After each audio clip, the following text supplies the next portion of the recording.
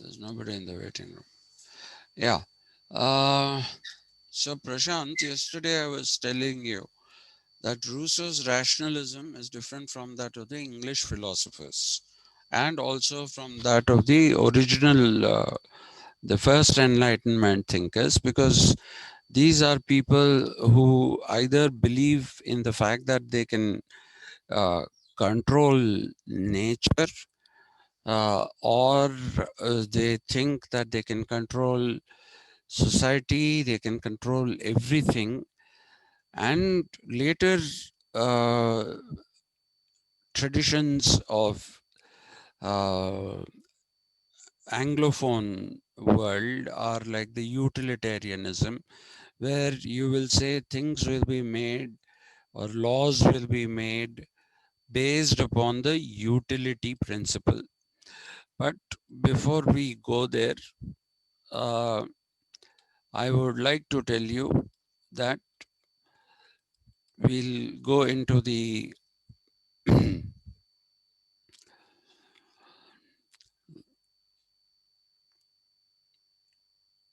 no, where happens? God, God, God.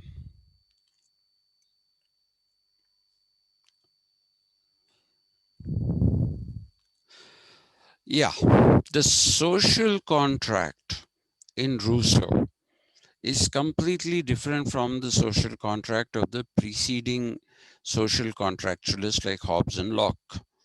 Okay, we were discussing, this was the last point we were making yesterday. In Hobbes, it's a war of all against all. In Locke, it is a civil society, it is a society, but with restrictions. And when you remove the restrictions, then there is a three-tier structure where you, for a two-tier structure, I'm sorry, you have a regular society because man is social, but the property class who are more rational are the civil society. That is what we find in Locke.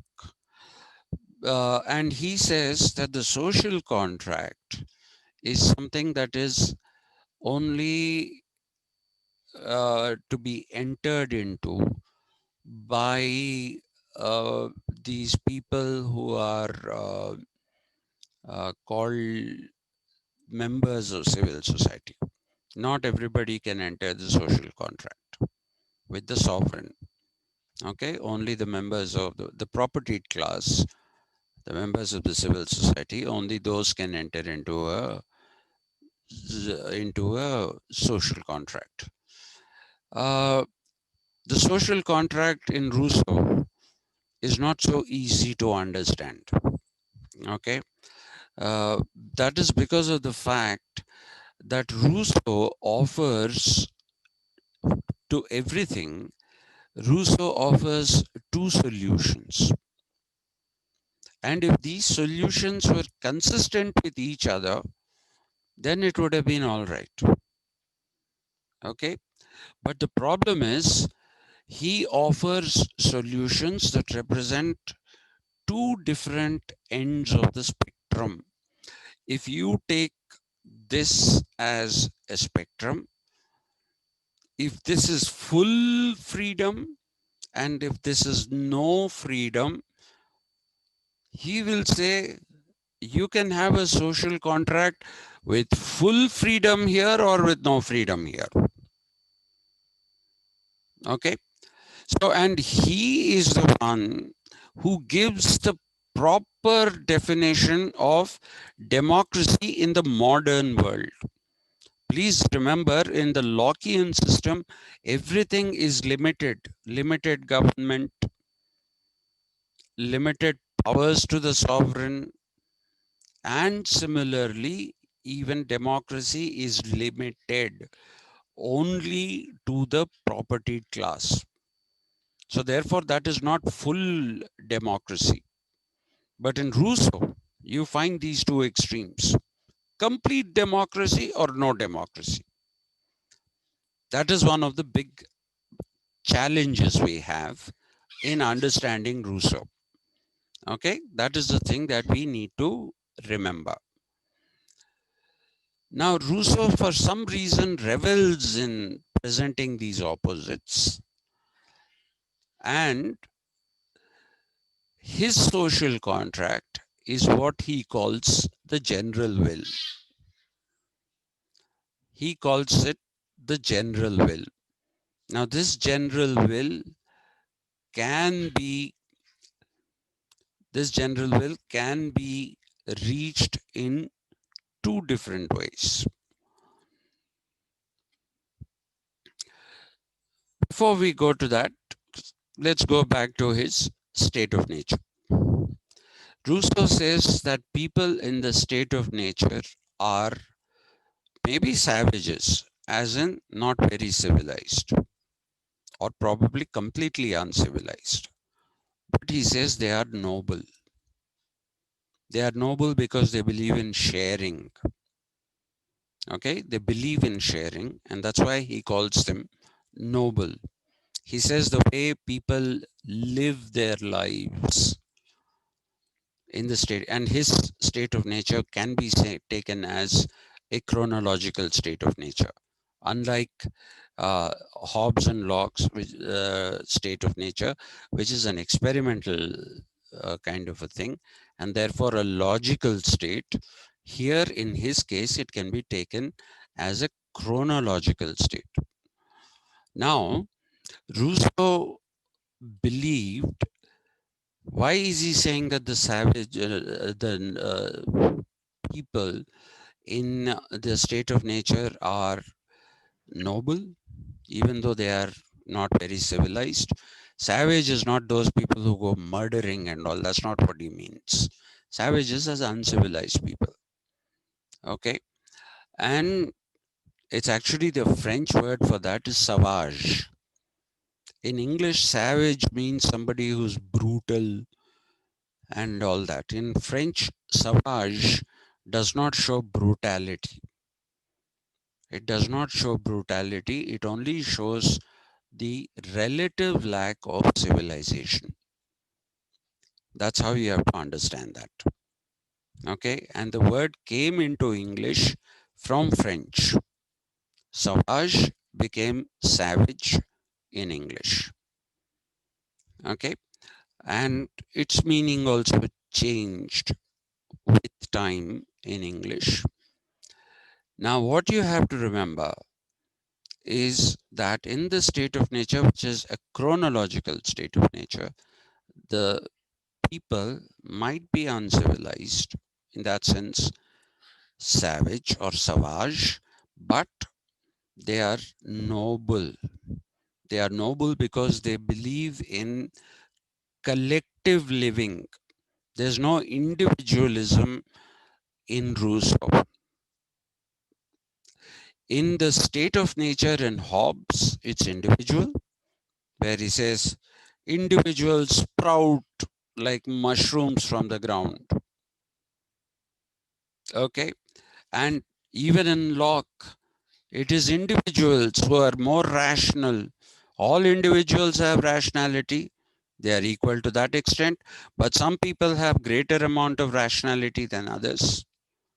So the metaphor of the race, you have equality of beginning, but inequality of consequence.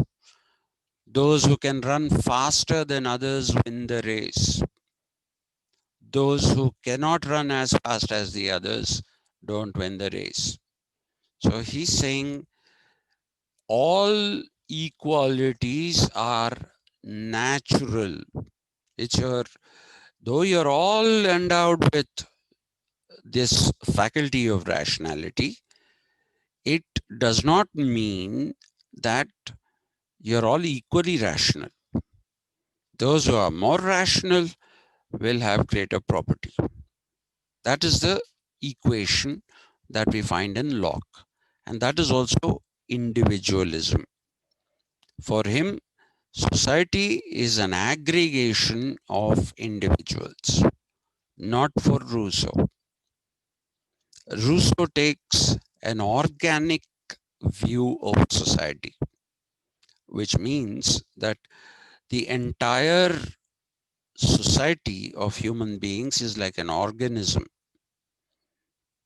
Okay, so he's going back to the Greek days, the Aristotelian idea that we are social animals. And it is because of our sociability that we survive as a species.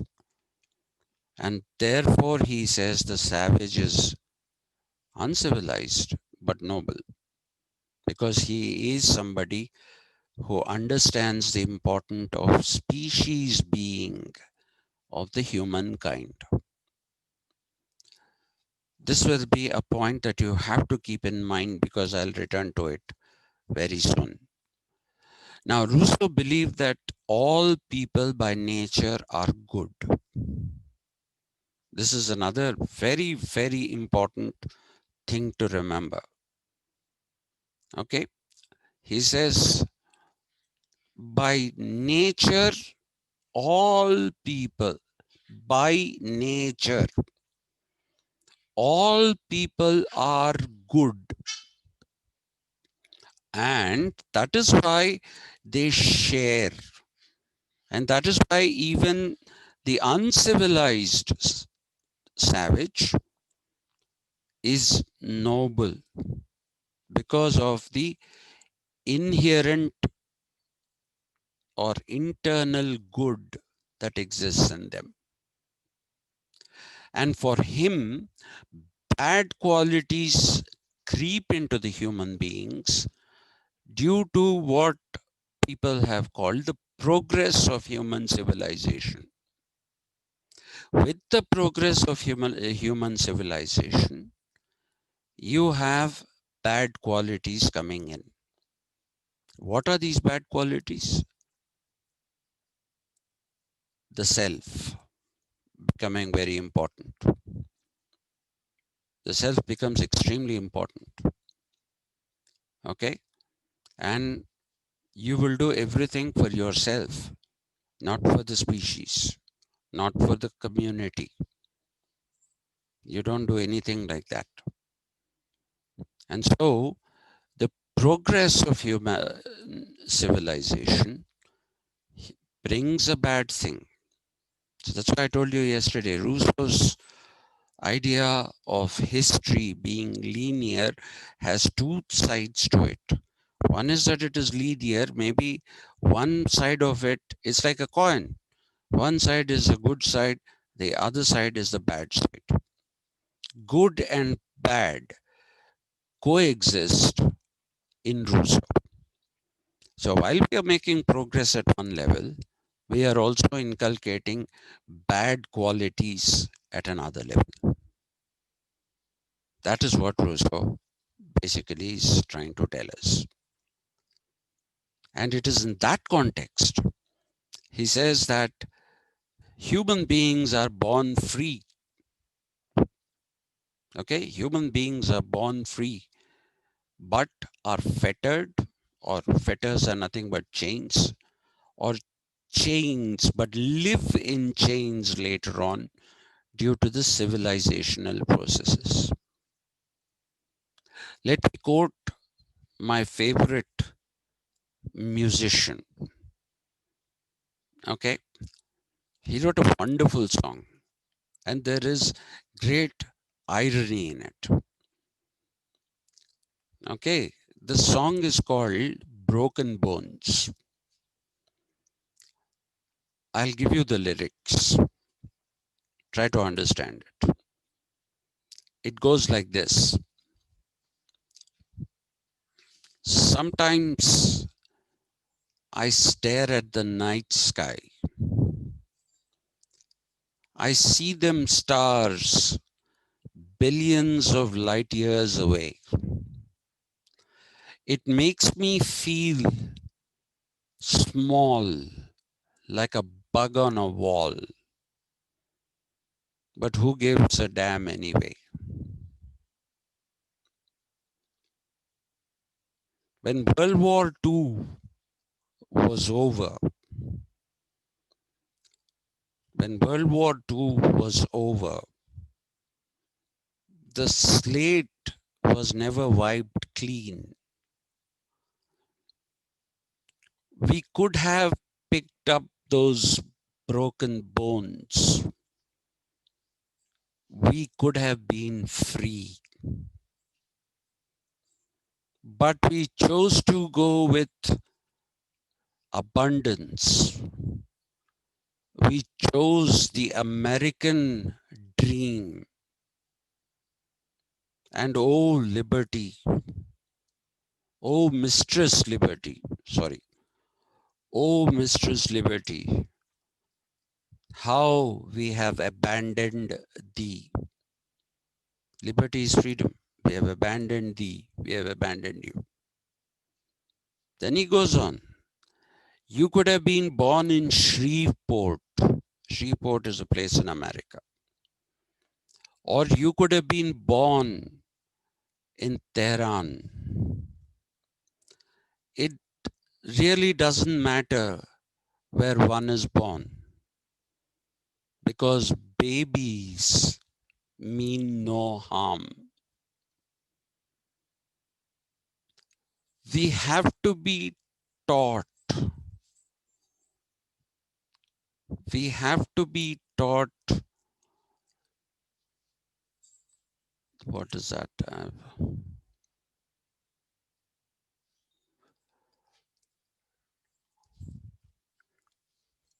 We have to be taught that there are our enemies. We have to be taught that our fight is for freedom and that God will take care of us. So look at the first para. He says we have abandoned freedom. But he says we are fighting in the name of freedom. We are fighting in the name of freedom. And he says, oh, Mistress Liberty, how we have abandoned thee. That's the irony. When we could have had freedom, we abandoned it. We have to be taught they have to that they'll bulldoze our houses. We have to be taught that we have to fight for freedom. That is the line. Sorry. Okay. And this is where he's blaming politicians. And he said, we cannot go back in time. We cannot put the clock back. But we can say, no, we won't listen to you. Your nonsense and your lies. That is what he says. Very Rousseauian poem. Very, very Rousseauian poem. It's a song. It's a lovely song. It's, as far as meter is concerned, if you have YouTube, listen to this song. It's called Broken Bones by Roger Waters. Okay? Broken Bones by Roger Waters. Listen to the song. It's a beautiful song. It's extremely melodious. And it's got this deep, deep meaning in it. It's got this very deep meaning in it. And the irony that when we had an opportunity to wipe the slate clean and we could have chosen to be free, instead of choosing to be free, we went for the American dream of abundance. And today, when a child is born, the child is a thing. Why do children become what they become? Why do they become terrorists? Because they've been taught that others will bulldoze us. The others will bulldoze us. They bulldoze our homes to the ground. And our God will protect us in our fight for freedom. That's what he says is lies and nonsense. Listen to it. Please listen to the song. So that is exactly what is being said here. I hope that song has explicated the situation of what Rousseau says better, the irony of it all. How is it that with progress we are becoming bad? Because what we pursue in the name of progress is what takes us away from our good qualities. Our pursuit of the monetary component, wealth, that will become clear to you shortly. The this thing of the pursuit of wealth is what makes us give up our humanity, our empathy for other human beings. We become selfish. That is what Rousseau is basically saying. So we are born free. A child, like this man says, Shreveport or Tehran, doesn't matter. Wherever they are born, they don't mean us any harm. It's only when we are growing up that we are taught that we will be bulldozed and we have to fight for our freedom. So that is the important thing. That is exactly the message of Rousseau. Precisely the message of Rousseau.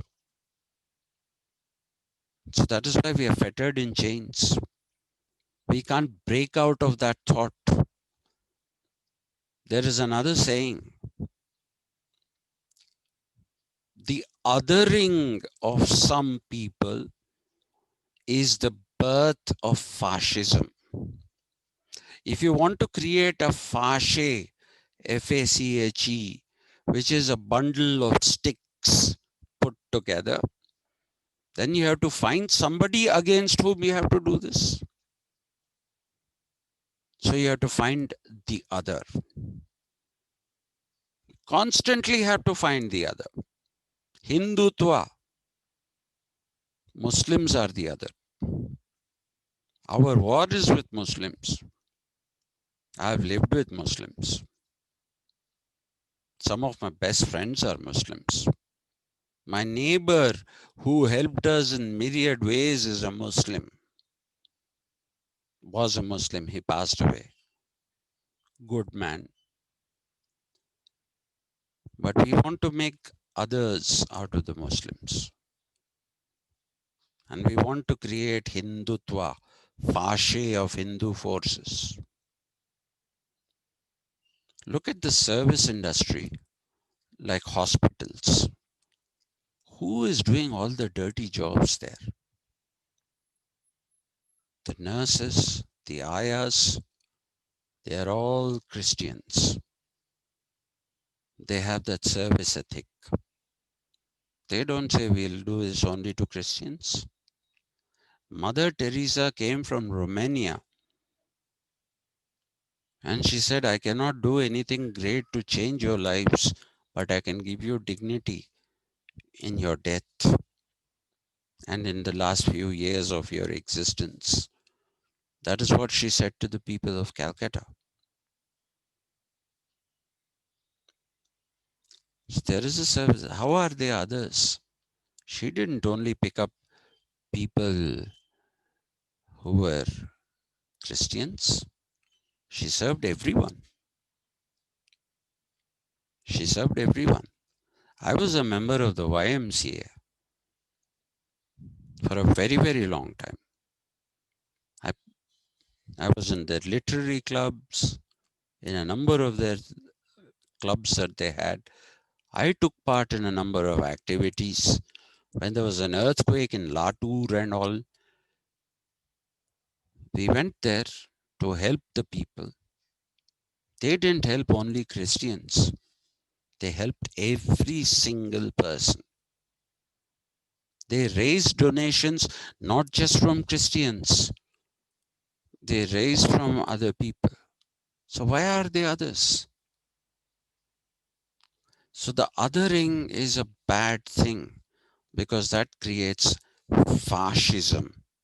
You think that by othering you are becoming free. No, you're becoming a part of this tight group. You have no freedom. You have no freedom left at all. So don't ever othering mean. No, you don't say this people are not like us. Please remember that we are ultimately human race. We are one race. That is what Rousseau's message is. That is what his message is. We get caught in different kinds of chains because of our material pursuits, because of the fact that we want things for ourselves we don't want to share. Rousseau is anti-nation state and anti-capitalism. Please remember that a nation state is a result of capitalism. I talked to you about both the Westphalian and the post-colonial nation states. What Rousseau is talking about is the Westphalian nation state. People have tried to give reasons on the basis of which nation states and nationalities have formed. People talked about race. They said people are Caucasoid, or they were from the Caucasus region, which is supposed to be the Europeans. Nonsense. We are also from the Caucasian region. We also have Caucasian blood.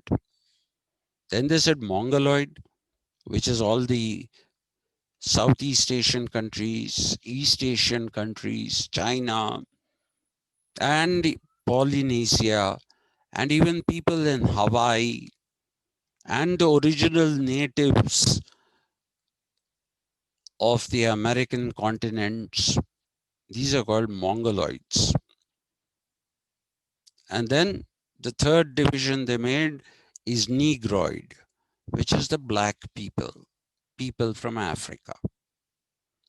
Today we know scientifically there is evidence that all life originated in Africa. People went to different parts of the world,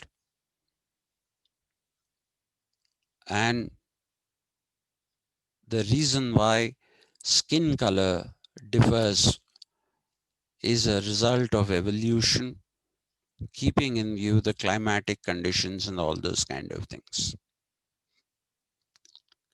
So there is no Caucasian, there is no Negroid, there is no Mongoloid. There's only one race, the human race. Now, capitalism is what created nation states, because capitalism, on the one hand, you have Adam Smith saying, I don't want competition. I'm sorry, I want full competition. I don't want price fixation. I want a free market. He said all these wonderful things. But ultimately, people found that if you have unfettered competition, then some of the people are not going to survive. Only some will. So that is the reason why they created nation states. So when it was convenient, they said we are a different race. When it was convenient, they said we are a different, we speak a different language, and all those who speak one different language, the one language are one nation, and they'll become one state.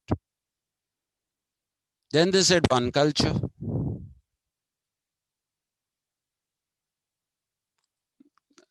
So they've said all kinds of things, none of which hold water.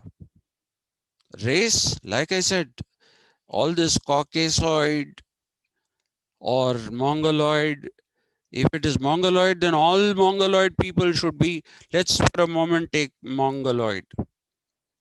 Why are they having different nation states? Why are they having different nation states? They should all be one country. If all the Europeans are Caucasians, Why do they have different countries in Europe? There should be one country. So that is not working. Similarly, language. If you say one language, one nation state, then the question is, okay, then how come French speaking people have 2.5 nation states? They have France, they have Belgium, both of which speak French, and they have Switzerland, in which you have people called the French Swiss people who speak French. Now, if we talk about German, well, Germany is one nation state. Austria, they also speak German. They have one nation state. And Switzerland, German Swiss. So they also have 2.5 nation states. Let's go to Spain, one nation state, but they have 3 languages. They have Spanish, they have Basque, and they have Catalan. Basque, Basque, Catalan. Catalan. Catalan is spoken in the Catalonian part. But then there should be 3 nation states here. How come there's only one Spain?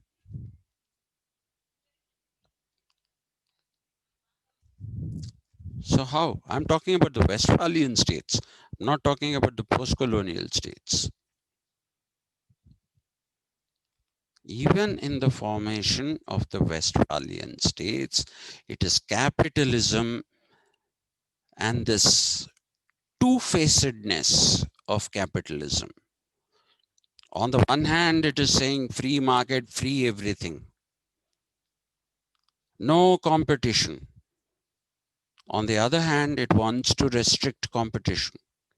So if you are not like me, don't come here. What is the difference between Telanganas and Andhras?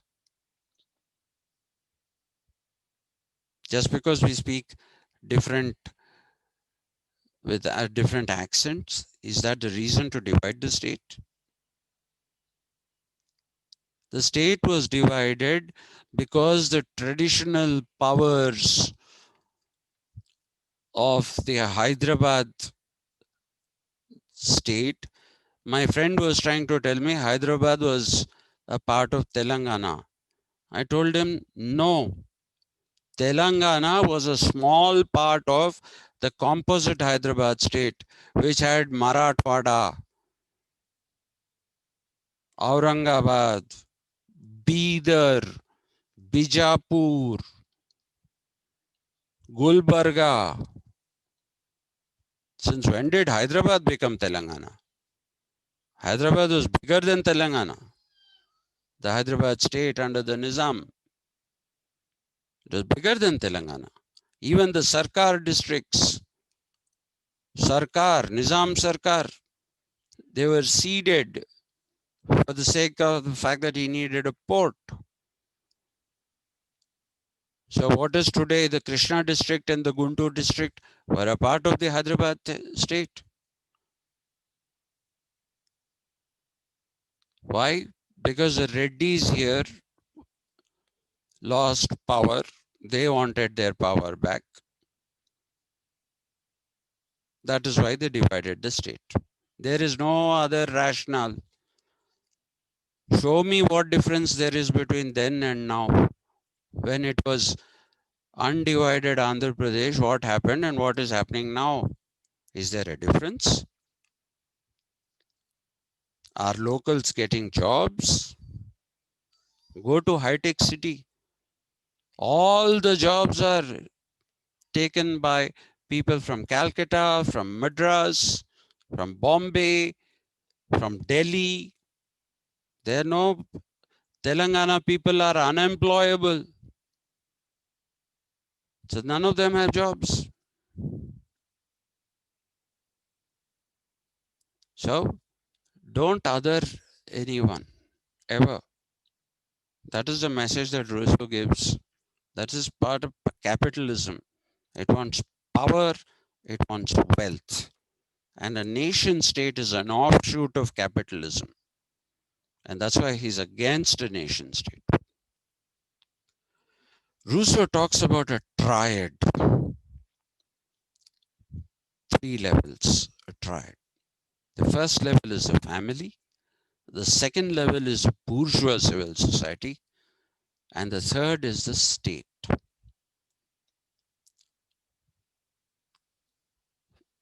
What Rousseau says is that family is founded on the principle of solidarity, on the principle of we.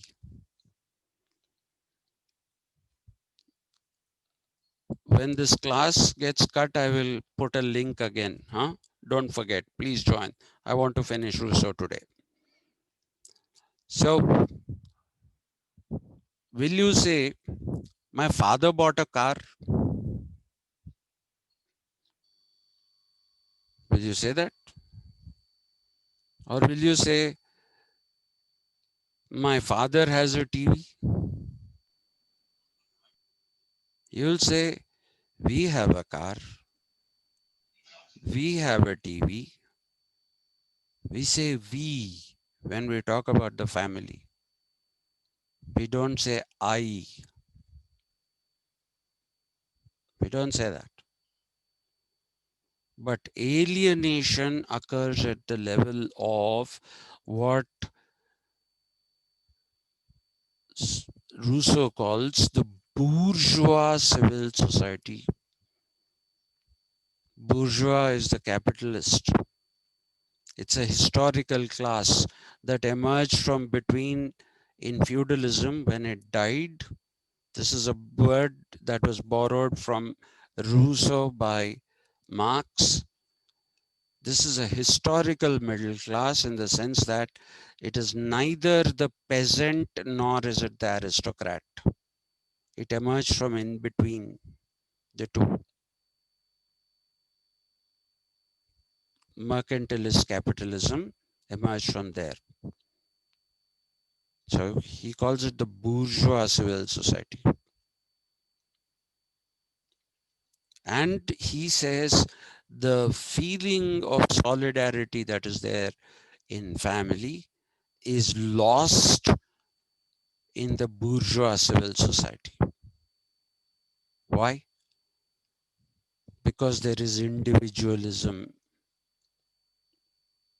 You want competition. Free market is competitive. When you want competition, how can you say we? If you go to a job, one job and there are 20 people sitting there, you will say, if you go for an interview, all the 19, do you think they are your friends? Even if your friends come and sit in there, you will consider them your enemies because there's only one job and there are, apart from you, 19 other people who can possibly take the job away from you. So that is the competition, the free market competition. What does that do? It brings alienation. You don't relate to them. I don't want to be friends with somebody who's going to climb the ladder before I do. I don't want to be friends. So you alienate yourself from other people in the bourgeois civil society. The bourgeois civil society is where individualism flourishes. The bourgeois civil society is where people get into conflicts, and the bourgeois civil society alienates one human being from another. It alienates one human being from another. So the bourgeois civil society, according to Rousseau, is that part of our lives which drives wedges of difference. We search for difference because I want something. I want to make sure that you don't get it. I will search for something. The Telangana politicians wanted power, so they fought for separate Telangana. That stupid woman gave the thing. And today, what is happening? The same KCR, KTR who said, we are not like Andhra people. Andhra people go. We want to separate Telangana. Telangana for sons of the soil. What sons of the soil? In this day and age, you have sons of the soil. Your families are migrating to the US and living there, but you don't want somebody from Guntur to come here. What is that if it is not division? And when the BJP top brass, JP Nadda, national president of the BJP, then Yogi Adityanath, chief minister of Uttar Pradesh,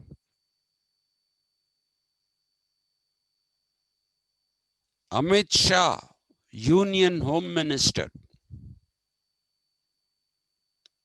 and the prime minister, Narendra Modi, they come for electioneering for what? Hyderabad Municipal Corporation elections. And what is the response of KCR and KTR? These people are trying to divide us. These people are trying to divide us. These are divisive forces. Don't listen to them. You are the divisive forces. You drew a line between yourself and people from Rayalaseema and coastal Andhra. Wasn't that divisive? Because these people came to mobilize. Why did the BJP support the division? It supported the division simply because of one reason, and that is there is a big, sizable population of Muslims in Telangana. So they can get a foothold in the south. They are not getting a proper foothold in Karnataka. They are getting, but they need alliances. But they think in Telangana, they can come and put their foothold here and rule by saying that Muslims. So they say, we are going to call this Bhagyanagar. We are not going to call it Hyderabad. And you say they are divisive. When you fought for divisive politics, what happened? What happened on that day when Harish Rao took a dead body into the Andhra Pradesh Bhavan in Delhi? And when the in charge officer there said no, what did you do? You kicked him. You kicked him, and he was a Dalit. And I saw a video of this man getting into an Innova, Harish Rao, after Telangana has happened. Once he has become a minister, he's getting into an Innova. He needs a gunman. And the gunman was trying to get in or something. Yemra, there were some bad words which I can't use here. Andhra na koduku ara nuvu. And that fellow is saying, no sir, late sir, nen Telangana onne. And you are talking Yes, sir. divisive. That is what is alienation.